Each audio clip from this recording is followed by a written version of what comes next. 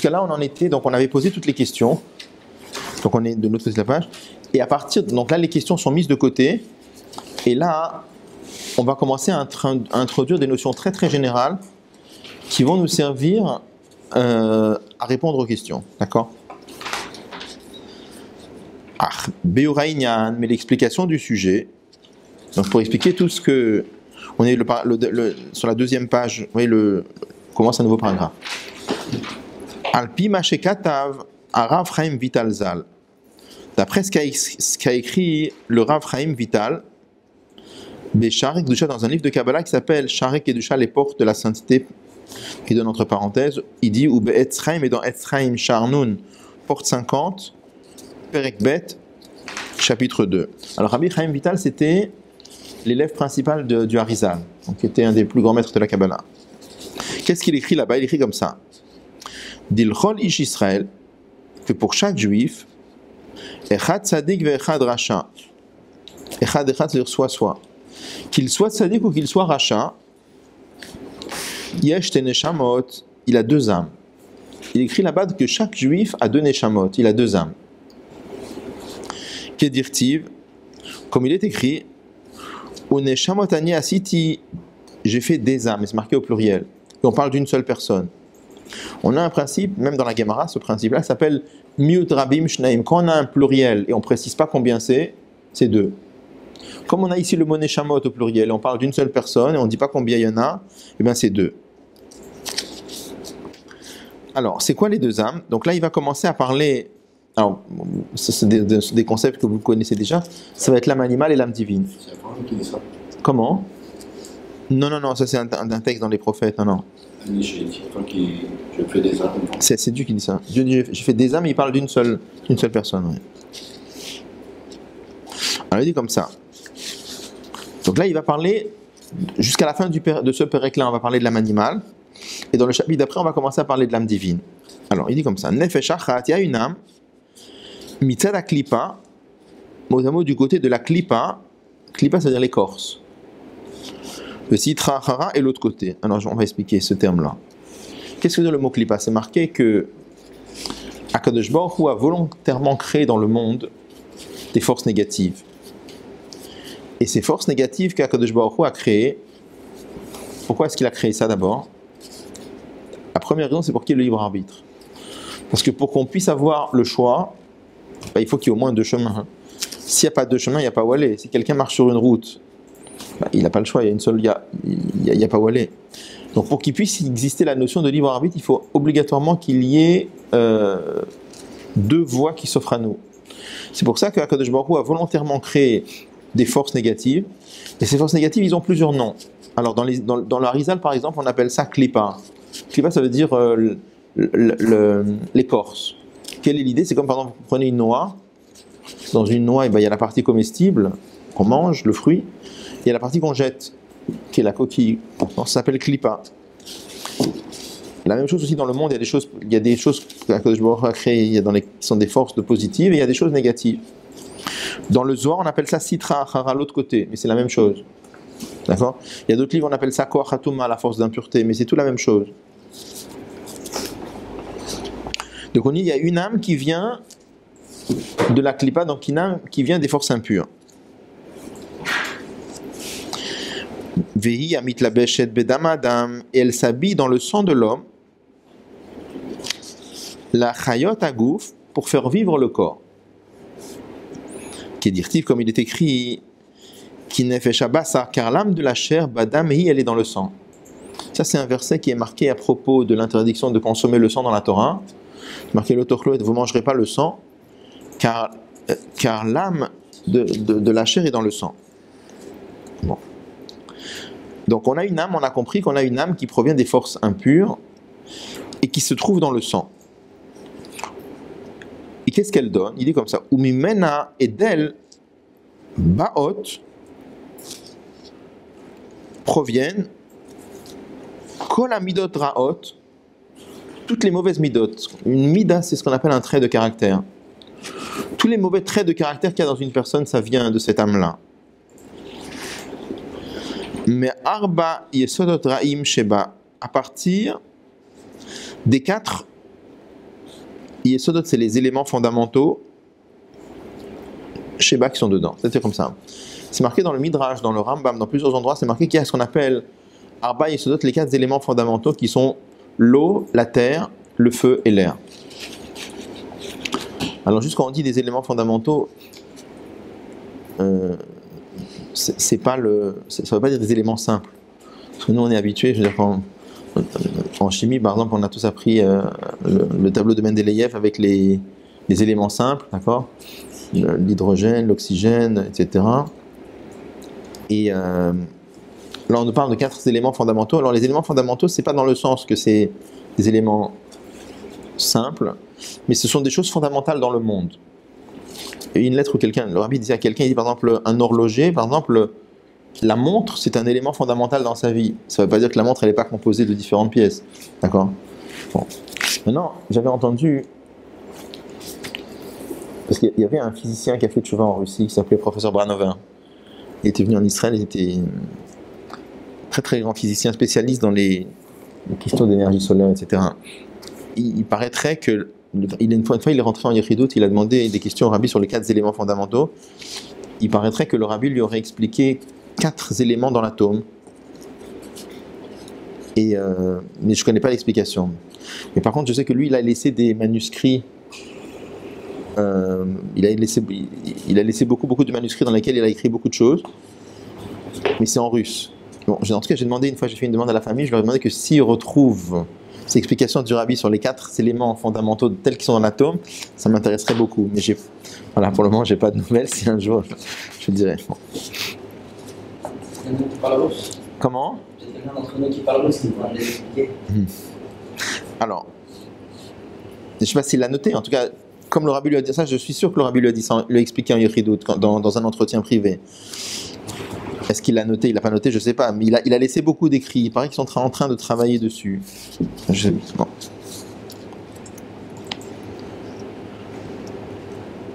Alors, il va nous expliquer, il va nous donner quelques exemples de mauvais éléments qui proviennent de l'âme animale. Dehainu, c'est-à-dire, casse, la colère, vegava, et l'orgueil, miyesod ha'esh, de la composante feu. Alors on comprend bien, plus ou moins. C'est-à-dire, on comprend bien pour la colère. Pourquoi ? Parce que quand quelqu'un est en colère, même en français on dit sa colère s'est enflammée. Donc on comprend comment la colère est liée avec la notion de flamme, d'accord ? Mais quel rapport l'orgueil avec le feu ? On voit moins. Alors il rajoute une phrase, il dit « Chez Nikve le mal, car ça monte vers le haut. Le feu monte vers le haut. Quand quelqu'un est orgueilleux, qu'est-ce qui se passe ? Il pense qu'il est au-dessus des autres, d'accord ? Donc il a tendance à se hisser au-dessus des autres. Vetavat atanugim, l'envie des plaisirs. Il y a des gens qui pensent que juste à accumuler des plaisirs matériels, et toute leur vie ils font ça. Ça vient miyesodamaim de la composante eau. Quel rapport avec l'eau ? Kamaim matzmichim kol mine tanug, car l'eau fait pousser toutes sortes de bonnes choses. Marquez que des fruits qui sont bien irrigués, ils sont bien sucrés. Les fruits qui ne sont pas bien irrigués, ils n'ont pas un très bon goût. Veholelut, la moquerie. Holut, la nonchalance. Letzanut, la moquerie. Itparut, la vantardise. Udvarim betelim, et les paroles vaines. Misedaruach, de la composante vent. Holut, ça veut dire les gens, ils n'en ont rien à faire de rien, quoi. Rien n'a de valeur pour eux. Les tzanout, c'est ceux qui se moquent des autres. Itparut, la vantardise. Alors, quelle différence entre la vantardise et l'orgueil ? Là, on nous dit que la vantardise, ça vient de la composante vent. Les paroles et aussi les paroles vaines. Il y a des gens qui parlent des heures et des heures et des heures et des heures. Ils peuvent passer leur vie à parler, ils disent rien du tout. Si tu fais le bilan, qu'est-ce qu'il a dit ? Il a dit rien. Du vent. Ça, c'est du vent, on comprend bien. Mais quel rapport avec la vantardise ? Alors, une des explications, la différence qu'il y a entre la vantardise et l'orgueil, c'est que il y a des gens qui sont orgueilleux, mais il a de quoi. Des fois, il a de quoi. Hein. Il est très intelligent, par exemple, ou alors il est très riche. Et comme il est très riche, il pense qu'il est au-dessus des autres. La vantardise, c'est quelqu'un, il n'a rien du tout, c'est du vent. Il s'imagine se mettre au-dessus des autres, mais il n'a rien. Donc, ça vient de la composante vent. C'est ça qu'on appelle itparut. Donc, il dit, mais Yisod-Aruach, ça vient de la composante vent. Ve'atzlut ve'atzvut, la paresse et la tristesse. Mais Yisod-Afar, ça vient de la composante terre. Alors quel rapport? Parce que la terre, c'est le plus lourd des 4 éléments. D'accord, on a le feu il monte vers l'eau, c'est très léger. Il y a le vent, enfin l'air, l'eau, mais la terre c'est le plus lourd de tous. Donc quand quelqu'un est triste, il a envie de rien faire, il se traîne. C'est pour ça que le Baal Shem Tov disait que la tristesse c'est une des choses les pires pour une personne, parce que quand quelqu'un est triste, ça peut lui casser toute sa vie. Je veux dire, il faut absolument tout faire pour sortir de la tristesse. Et la paresse, c'est la même chose. C'est dans Roi, ça veut pas dire l'esprit. Ça veut dire aussi, roi, ça veut dire aussi l'esprit. Mais là, dans le sens, c'est le vent, l'air. Alors, je voulais revenir sur une phrase qu'on avait dit avant. Vous voyez, donc là, on a terminé l'explication des 4 mauvaises, des 4. On a vu que l'âme animale, donc, elle tire sa vie des. Oui, juste, je voulais préciser aussi. Quand on dit que l'âme animale, elle tire sa vie des clipotes, ça veut dire quoi? C'est Dieu qui donne la vie à tout. Qu'est-ce que ça veut dire quand on dit ici que l'âme animale, elle tire sa vitalité des forces négatives? Qu'est-ce que ça veut dire? Je voulais juste expliquer. Il n'y a pas dans le judaïsme de croyance entre 2 pouvoirs. Il n'y a pas de chose pareille. Il n'y a que Dieu qui a des pouvoirs, rien d'autre. Mais simplement, Dieu a voulu passer par les forces négatives pour donner la vitalité à ces choses-là, à l'âme animale d'un juif. Et on verra, il y a d'autres choses. On verra plus tard dans le chapitre 6-7, on verra qu'il y a d'autres choses qui tirent leur vitalité. Toutes les choses qui sont négatives tirent leur vitalité des forces impures. Mais ça veut dire quoi, tirent leur vitalité des forces impures? Les forces impures peuvent donner de la vitalité? La réponse est non. C'est Dieu qui donne la vitalité à tout. Mais il donne la vitalité pour certaines choses en passant par les forces impures. C'est comme si je vous disais, imaginez que je prends une hache pour couper du bois. Alors, c'est moi qui ai coupé le bois, mais je suis passé par la hache pour le faire. D'accord? Il y a des choses pour lesquelles Akadosh Baruch Hu a voulu que leur vitalité passe par les forces impures. Mais c'est une parenthèse importante, mais de préciser que le pouvoir, il n'y a pas de. L'Avdil Avdotenket, comme dans certaines religions, on s'imagine qu'il y a 2 pouvoirs qui se font la guerre, et chez nous, il n'y a pas une histoire pareille. Il y a un seul pouvoir, c'est Akadosh Baruch Hu, point final, il n'y a rien d'autre. Mais seulement, Akadosh Baruch Hu a voulu passer par des forces impures pour créer ces choses-là. Bon, pour leur donner leur vitalité. Donc là, on a terminé, je disais, le passage où il parle des 4 mauvais éléments. Je voulais revenir un peu en arrière, quand il disait, vous voyez tout au début, quand il disait, vous voyez dans ce paragraphe-là, la 4e ligne, il dit, Vehi amitla beshet bedam adam, et c'est elle qui s'habille dans le sang de l'homme, l'archiot agouf, pour faire vivre le corps. On a l'impression que le fait qu'on vit dans un corps, le fait qu'on est vivant, c'est quelque chose qui est lié à l'impureté de l'âme animale. Alors, je vous l'explique. Alors, les 4 mauvais éléments, on a bien compris en quoi c'est négatif. Mais comment le fait de sentir on est vivant, qu'est-ce qu'il y a de négatif là-dedans? C'est curieux, d'accord? Bon. Alors, pour ça, je voulais introduire une notion qui est expliquée en vérité dans la 2e partie du Tanya, qui s'appelle Shara Yichud Va'emuna, la notion de l'unité de Dieu. Alors, en vérité, ça c'est un chidouche du Baal Shem Tov. Ça veut dire quoi? C'est un chidouche du Baal Shem Tov. Qu'est-ce qu'on appelle une... Alors, je vous ouvrir une parenthèse un peu longue, mais c'est une notion importante parce qu'en vérité, il y a beaucoup de choses qui sont basées là-dessus. Qu'est-ce qu'on appelle l'unité de Dieu? Alors d'abord, il y a le fait qu'il n'y a qu'un seul Dieu, ça c'est clair. Bon. Et je voulais préciser que le fait de croire qu'il y a un seul Dieu, c'est pas juste une affaire de croyance, c'est une affaire de logique aussi. Pourquoi? Dans les textes de Chassidut, on amène un raisonnement, presque l'avdil, un raisonnement par l'absurde. C'est-à-dire, supposons que, vous savez, le raisonnement par l'absurde en mathématiques, comment ça fonctionne? On suppose quelque chose, et puis si ça m'amène à une absurdité, ben, j'en conclus que mon hypothèse de départ, elle était fausse. D'accord? Donc supposons qu'il y en avait 2. Ça voudrait dire quoi 2? Ça voudrait dire 2 qui sont distincts. Parce que s'ils ne sont pas distincts, ben, ils sont confondus, donc il y en a un seul. D'accord? Quand on dit que 2 choses sont distinctes, comment? Ils sont distincts comment? Comment on peut distinguer 2 choses? En disant que les caractéristiques de l'un sont différentes des caractéristiques de l'autre. D'accord? Donc, supposons Chas v'Shalom qui est 2 dieux, ça voudrait dire 2 qui sont distincts. Distincts comment? Par des caractéristiques différentes. Or, la croyance de l'âme Israël, c'est que Dieu n'a aucune caractéristique. Donc, à partir du moment où tu dis qu'il n'y a aucune caractéristique, le mot 2, ça n'a pas de sens. Oui? Une petite anecdote, on raconte qu'il y avait un jour un juif qui est rentré chez le Batatzana, chez le Admor Hazaken qui a écrit le Tanya, il a posé 3 questions. Une des 3 questions qu'il a posées, c'était des genres de questions dans lesquelles si tu réponds oui, t'es mal, tu réponds non, t'es mal. Ça, il a demandé est-ce que Dieu peut, s'il peut tout faire, est-ce qu'il peut créer un autre Dieu? Vous voyez, le genre de questions qu'il a demandé. Donc, quelle est la réponse à la question? La réponse est très simple. C'est de dire comme ça, quand tu tends l'oreille et t'entends une question, mais si tu réfléchis au sens, ça veut rien dire. Pourquoi ça veut rien dire?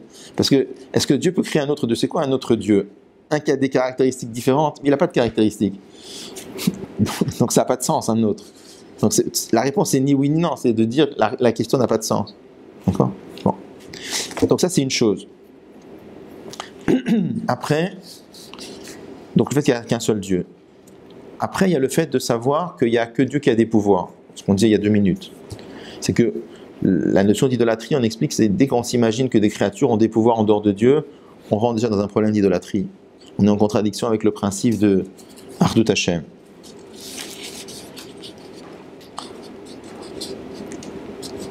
Après, donc ça c'est un point très très important. Et après il y a un 3e point dans l'unanimité de Dieu, c'était un chidouche du Baal Shem Tov, qui explique que Dieu est seul à exister. C'est beaucoup plus compliqué à comprendre. Pourquoi? Qu'est-ce que ça veut dire que Dieu est seul à exister?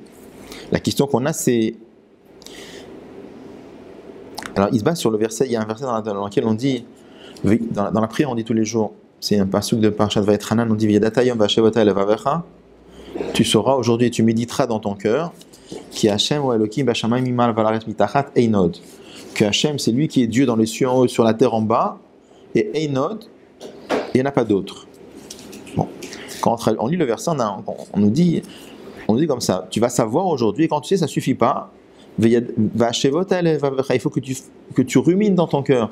Le mot lehashif, c'est-à-dire que tu ramènes l'idée sans arrêt dans ton cœur que Hachem, c'est lui qui est Dieu dans les cieux en bas, dans les cieux en haut, sur la terre en bas, il n'y en a pas d'autre. Il demande la question plus loin dans Shara Yechud Vaimuna, il dit il y a des choses, une fois que tu as compris. C'est simple, c'est clair.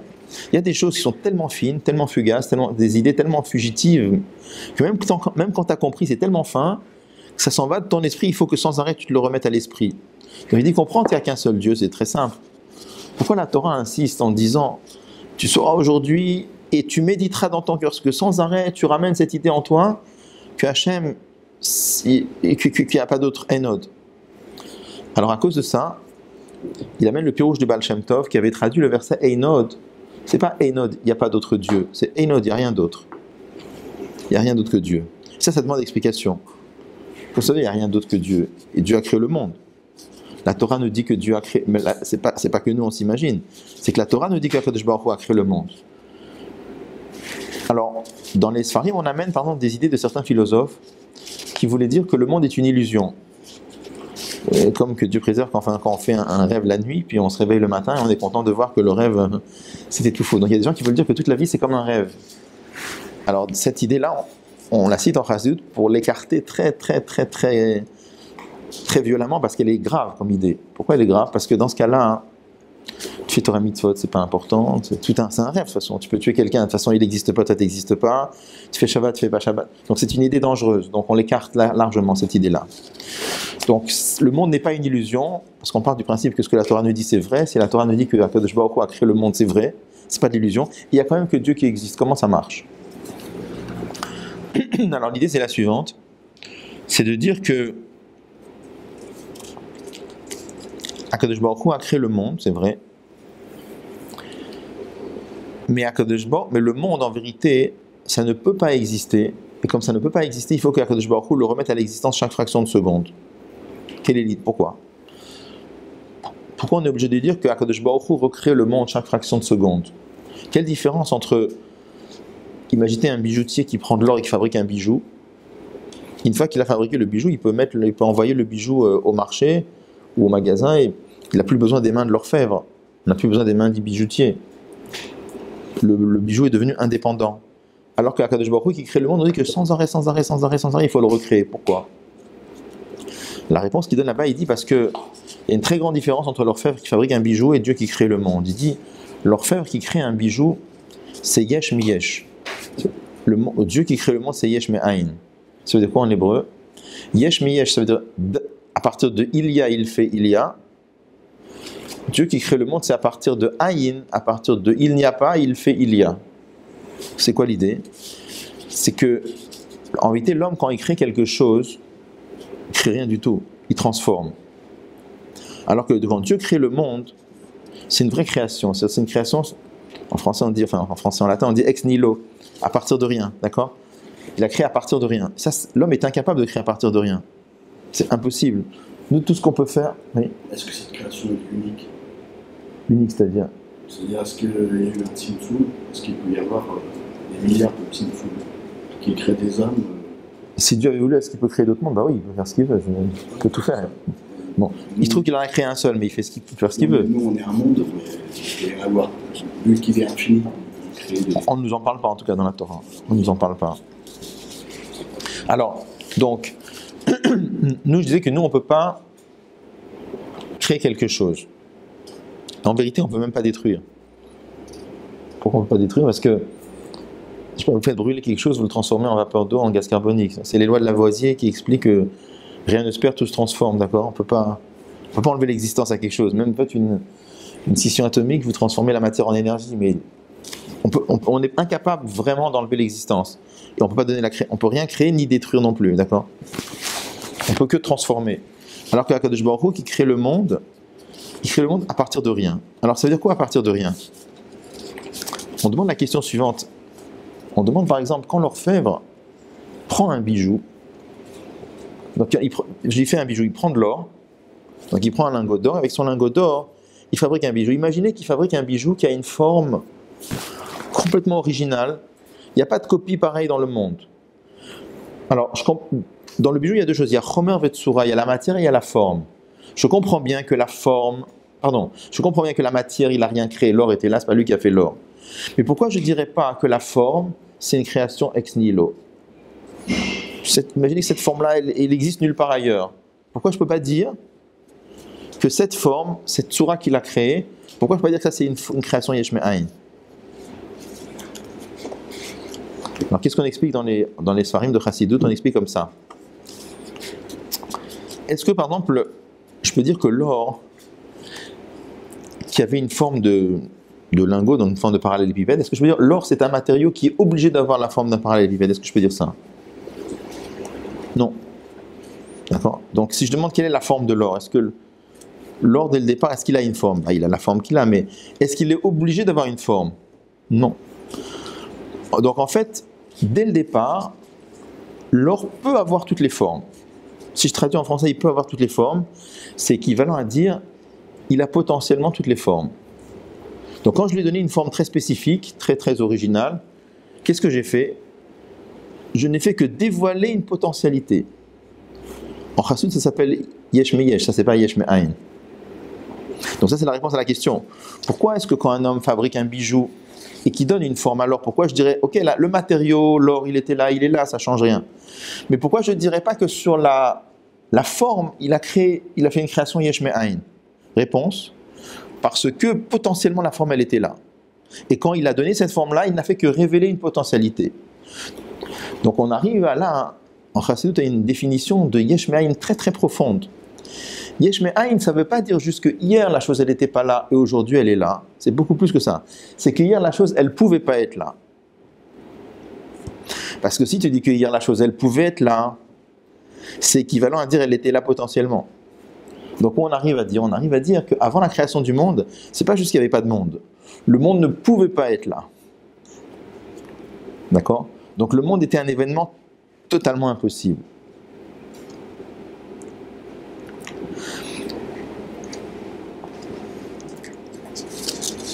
Alors comment il peut y avoir un monde? Parce que Dieu est Kol Yachol, parce que Dieu peut tout faire, même des choses impossibles, il peut faire le monde. Mais la seconde d'après, c'est toujours impossible. Je voudrais expliquer. On donne l'exemple du jet d'une pierre.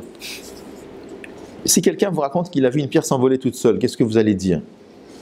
Je m'excuse, c'est un peu long, mais c'est une notion très importante, on en aura besoin plusieurs fois. Si quelqu'un vous raconte qu'il a vu une pierre s'envoler toute seule, qu'est-ce que vous allez dire?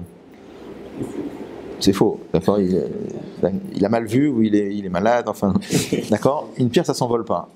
Pourquoi? Parce qu'on sait très bien que la nature d'une pierre, c'est d'être soumise à la pesanteur Donc elle a tendance ou à rester tranquille ou à tomber, mais pas, elle s'envole pas.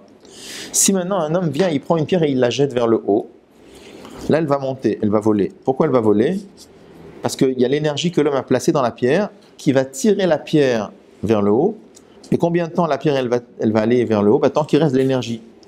Dès que l'énergie que l'homme a mis dans la pierre devient nulle, qu'est-ce qui se passe? Ça retombe. Au moment où la pierre elle vole, est-ce que je peux dire qu'à ce moment-là, la pierre elle a perdu sa nature de tomber? Est-ce que je peux dire ça? Non. Elle a toujours sa nature d'être soumise à la pesanteur. Mais simplement, dans la pierre, il y a deux aspects. Il y a sa nature à elle, c'est de tomber ou de rester tranquille. En fait, c'est d'être soumise à la pesanteur. Et la force que l'homme investit dans la pierre, elle fait faire à la pierre le contraire de sa nature. Est-ce qu'il y a une seconde où la pierre, elle vole toute seule? Jamais. Chaque seconde où la pierre, elle vole, c'est à cause ou grâce à l'énergie que l'homme a placée dedans. Mais même au moment où elle vole, elle a gardé sa nature à elle de tomber. D'accord? Alors, en Chassidut, on explique comme ça. Le monde, c'est quelque chose qui ne peut pas exister. C'est un événement parfaitement impossible. Quand Akadosh Baruch Hu crée le monde, qu'est-ce qui se passe? Akadosh Baruch Hu le fait exister. Mais en vérité, même au moment où il existe, il a gardé sa nature de ne pas exister. Ce qui fait que la fraction de seconde d'après, il faut le recréer. Parce que comment il existe? C'est que parce que Hachem est Kol Yachol, c'est que parce que Hachem peut tout faire. Donc chaque fraction de seconde, il faut que Hachem renouvelle le monde. Ça, c'est la vraie notion de Yesh Me'ayin. Et c'est pour ça qu'il faut que le monde soit renouvelé chaque fraction de seconde. Où on arrive à ça, et ça c'est l'idée à laquelle je veux arriver. Si je vous demande, au moment où la pierre elle vole, quand l'homme a jeté une pierre, est-ce qu'elle vole? Oui. Est-ce qu'elle est devenue un objet volant? Non. Quelle est la différence entre les deux? Est-ce qu'elle vole? Oui, parce que pratiquement elle vole, mais elle vole parce qu'on l'a fait voler. Mais elle n'est pas un objet volant dans le sens où elle n'a pas acquis la propriété de voler. La même chose. Est-ce que le monde existe? Oui. Est-ce que le monde est un objet existant? Non. Hachem, il aurait pu créer le monde indépendant. Pour qu'il puisse exister sans renouveler son existence. Alors, cette nature. Alors,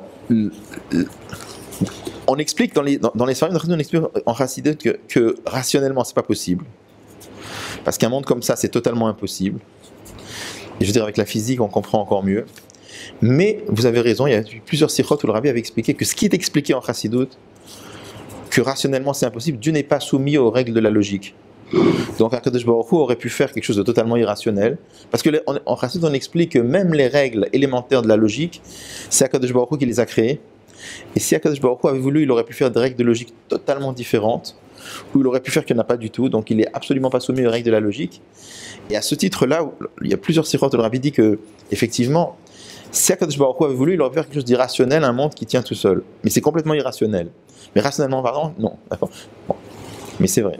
Peut-être que la force qu'il a mis, si on prend la même chose que la pierre, c'est la force qu'il a donnée au départ pour créer le monde, elle continue. Et nous, on est dans un laps de temps. C'est ça que je ne comprends pas pourquoi les renouvelle. On est peut-être dans un laps de temps, cette force-là. C'est comme la pierre, quand on la voit, elle vole. Si on la voit entre le moment où elle est là, elle vole. Et nous, on est dans ce moment-là. Vous voulez dire comme par exemple quand l'homme il jette une pierre, la force qu'il a mis dedans, ça lui permet de voler quelques secondes par exemple. Donc on aurait pu dire que Dieu il a mis... Voilà, nous, on se réveille, on ouvre les yeux, on voit une bière gueulée. On est d'accord, mais il faut comparer... Oui, non, vous avez raison. Mais simplement, ce que je veux dire, quand la pierre elle est à cette position-là, d'accord, elle vole comment? Par la force de l'homme. Quand elle arrive à cet endroit-là, comment elle est arrivée à cet endroit-là? Par la force de l'homme.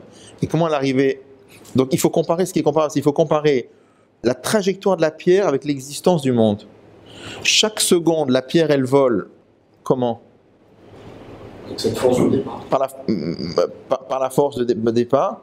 C'est comme si je disais que chaque seconde où elle vole, c'est une autre parcelle de l'énergie qui l'a fait voler. C'est pas la même. L'énergie va en diminuant. Donc chaque seconde où elle vole, c'est une autre parcelle de l'énergie.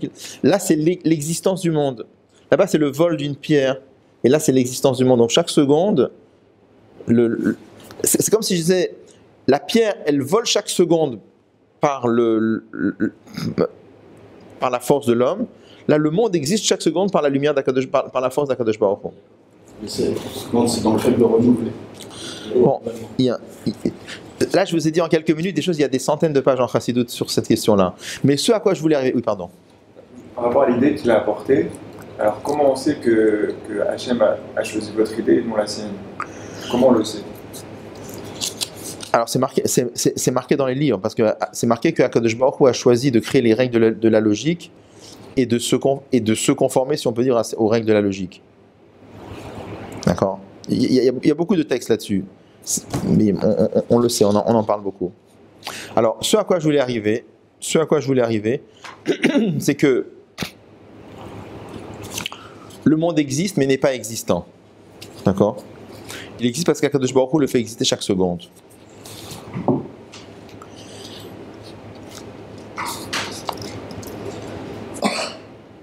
Nous, on ne voit pas les choses comme ça, d'accord? Nous, on perçoit le monde, quand on voit le monde, on voit le monde en tant que monde. En vérité, le monde en tant que monde, ça n'existe pas. Il y a le monde en tant qu'accomplissement de la parole divine. Mais nous, on ne le voit pas comme ça. Si nous, on voyait la vérité, c'est comme... Comment je peux expliquer ça? Je me rappelle quand les enfants étaient petits, ils recevaient une petite revue à la maison dans laquelle il y avait une photo, et puis on leur demandait de mettre un titre à la photo, et puis ils l'envoyaient en Israël, et celui qui avait donné le meilleur titre, il recevait une petite récompense, d'accord? Bon. Imaginez comme ça, qu'on vous montre une pierre en train de voler, et qu'on vous propose le titre une pierre vole, où on peut dire la force d'un homme est en train de s'exprimer. Lequel titre est le plus juste? Comment? Le deuxième. D'accord? Donc, si on nous montre la planète Terre, ou même l'ensemble des galaxies, et on nous propose deux titres. L'univers, ou alors le corps d'Hachem est en train de s'exprimer. Lequel des deux est plus juste? Le deuxième. Mais nous, on voit le premier. C'est-à-dire que nous, on voit l'univers en tant qu'univers, on ne voit pas l'univers en tant que le corps d'Hachem est en train de s'exprimer. D'accord? Alors maintenant, je vais arriver à ce que je suis en train de dire.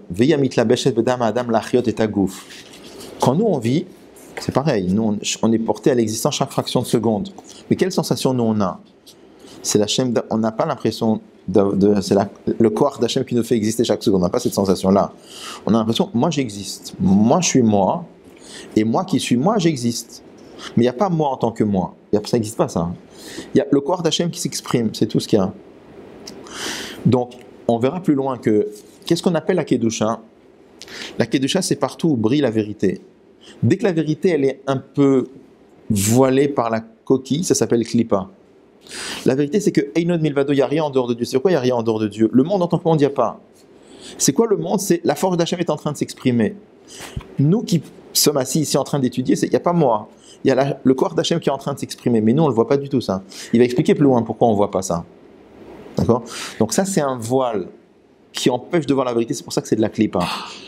Donc c'est pour ça qu'il dit que l'âme animale, qu'est-ce qu'elle donne? Elle donne, on verra plus tard que l'âme animale, c'est pas juste le fait de faire des mauvaises choses. D'accord? D'abord, vous avez vu que toutes les choses dont il parle ici, c'est pas des... on a parlé de mauvais traits de caractère, mais on n'a pas parlé de choses interdites. C'est pas spécialement des choses interdites. Mais il y a une autre chose avant tout ça, c'est que l'âme animale, elle donne l'association de moi. Mais moi, en vérité, ça n'existe pas. Il y a le corps d'Hachem qui s'exprime par mon existence, mais il n'y a pas moi. Mais cette sensation que nous avons de moi, ça appartient à l'âme animale, dans le sens où déjà la vérité, elle est un peu voilée. Et ça, je dirais, on va s'arrêter là pour aujourd'hui, parce qu'on a pris du temps, mais c'est une notion très importante qui reviendra beaucoup. La notion d'âme animale, elle est distincte de ce qu'on appelle dans la Gemara le Yetzer Hara. Dans la Gemara, on parle de Yetzer Hara. Le Yetzer Hara, c'est quoi? C'est quand quelqu'un a envie de faire un péché, il a envie de manger quelque chose de pas cachère, il a envie de frapper quelqu'un. Ça, c'est le Yetzer Hara. Le Yetzer Hara, c'est une dégradation de l'âme animale. En Chassidut, on parle de l'âme animale. C'est-à-dire, le mal commence il est beaucoup plus fin déjà. Dans la halakha, le mal, c'est quand quelqu'un il est mechal el Shabbat, c'est du mal. Quand quelqu'un il ment, c'est du mal. Quand quelqu'un il est violent, ça c'est du mal. Ça c'est une avéra. En Chassidut, on t'explique déjà que la notion de mal commence bien avant déjà. Le fait d'avoir la sensation de moi, c'est déjà du mal. Alors attention, c'est un mal qui est voulu par HaKadosh Baruch Hu. On expliquera longuement après Comment le but de l'âme animale que Dieu nous a donné, il y a un but. Mais le but, c'est de le raffiner. Le but, c'est pas de le détruire, on verra après. Le but, c'est de le raffiner, il y a un travail à faire sur l'âme animale. Mais ce qu'il faut, c'est déjà en être conscient.